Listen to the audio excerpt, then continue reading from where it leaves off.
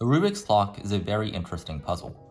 It's one of the only WCA puzzles that is, well, basically not a twisty puzzle.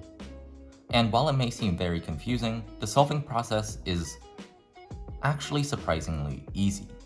So most of this video is just going to be explaining how it works, and the other half I'm going to go through a tutorial. The goal of the Rubik's clock is to get all of the 9 clocks, well, technically 18, 9 on both sides, to be pointing towards 12 o'clock. So that would be straight up. Something like this.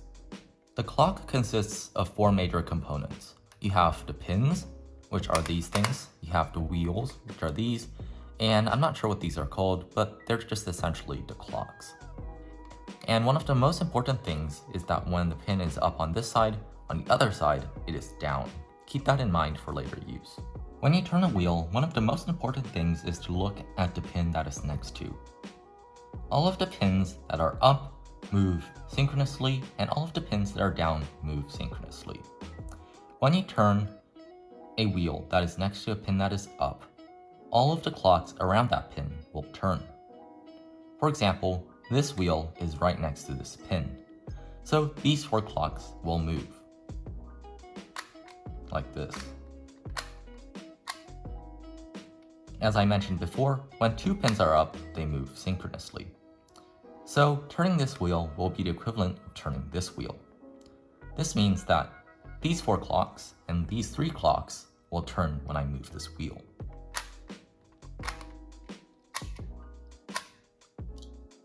When you turn a wheel that is next to a pin that is down, only the clock that is connected to that wheel will move. For example, right now this pin is down, so when I turn this wheel, only this clock will move. Similarly, if I move this pin down, these 2 clocks will move, because all of the wheels that are next to pins that are down are moving synchronously, like this. Now, I want you to guess what will happen if I have these 3 pins down and turn this wheel. Let's take a look. As you can see, these 3 clocks are turning because, well, these are down and these 3 are moving synchronously. Now, let's take a look at the back. You may notice that previously I said that when this pin is up on this side, it's down on the other side.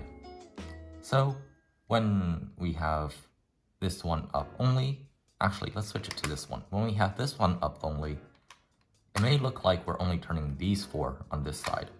But actually, on the other side, we're also turning this clock, because on this side, this pin is down. So let's take a look. When we turn, these 4 rotate. When we turn again, only this one rotates. So that's just something to keep in mind.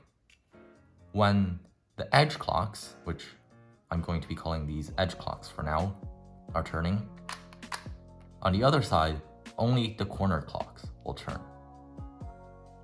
This may seem a little bit confusing at first, but I think what you should do is sort of play around and kind of experiment with which pins are up, which wheels you turn, and that sort of thing, and see how the clocks respond to your movement. This is the best way to connect the visual imagery of the clock to sort of understanding how the clock works. Now, let's go over some of the steps that we're going to take to solve the clock. First, we're going to be solving this cross right here. Next, we're going to be flipping it around and solving this cross. Now, you may notice from this that it is not true that when you solve one face of the clock, the other face is solved. When you solve one face, there's a chance, and probably a high chance, that the other face is still scrambled. So again, we're solving the 2 crosses on either side, and then we're going to solve each of the 4 corners one at a time. And when the corners are solved on one side, the corners are also going to be solved on the other side. Now let's scramble up the clock.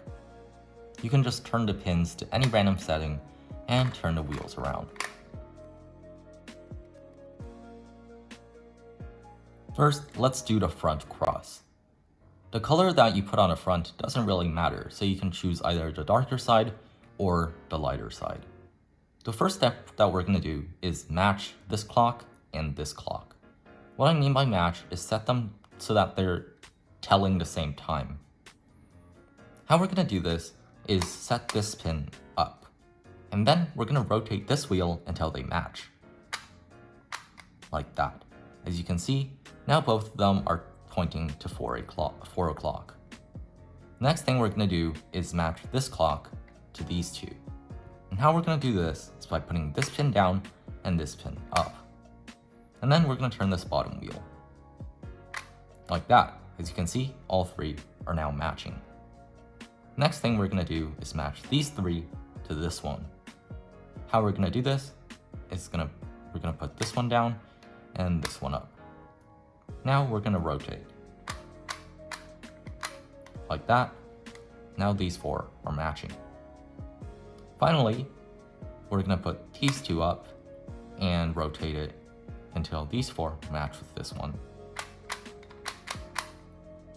Now all you have to do is align the clocks. You can do that by putting all four up and rotating it by one click, or by how many clicks you have. Like that. As you can see, now all of the front crosses are done, and you know they're done when they're pointing to 12 o'clock. That's the goal of the puzzle. Next, let's turn it to the back. We're going to repeat basically the same steps as we did on the front side. First, we're going to put this pin up and match these two clocks. Next, we're going to put this pin up and then match this with these two, like this. Next, we're going to take these three and match it with this one, like this. And finally, we're going to take the top four and match it with the bottom one. Then, all we have to do is align the clocks. We can do that by setting these three up and rotating. Alternatively, you can do all four, but it works the same way. Next, we're going to do the corners. This is actually the final step, and it's slightly more confusing. We're going to do this corner first, then this corner, and so on. How we're going to solve this corner is by pushing the pin that is next to it down. So we want to make sure all other three pins are up. Now we're going to rotate a wheel that isn't next to one that is down. I'm going to rotate the center clocks so that it matches this corner clock. Like that. As you can see, all five, or all six, are now matching. Next, we have to do this clock. We don't even have to align it back to the center. We can just switch the pins like this, so that only the one next to the clock we need to rotate is down. Now we rotate everything else to match that clock. As you can see, now all 7 clocks are matching. Then, in order to match this one, can you guess what we're going to do? We're going to push this one down and have everything else up. Then we're going to rotate everything else so that it matches with this clock. Like that. Then we push, well, to do the last one, we push everything but this one up, like this. And we match. Now that all of the 9 clocks are pointing in the same direction, all we have to do is realign them to 12 o'clock. So we push all 4 up and spin the necessary amount to get them to point to 12 o'clock. And if you did everything correctly, the backside should also be solved. Like I mentioned previously, most of the solving process is understanding how it works and not really solving the clock itself. So if you have any questions about the first part or the second part, let me know in the comments down below. But with that, I hope you guys enjoyed, maybe learned how to solve the clock, and with that, I'll see you guys next time. Goodbye!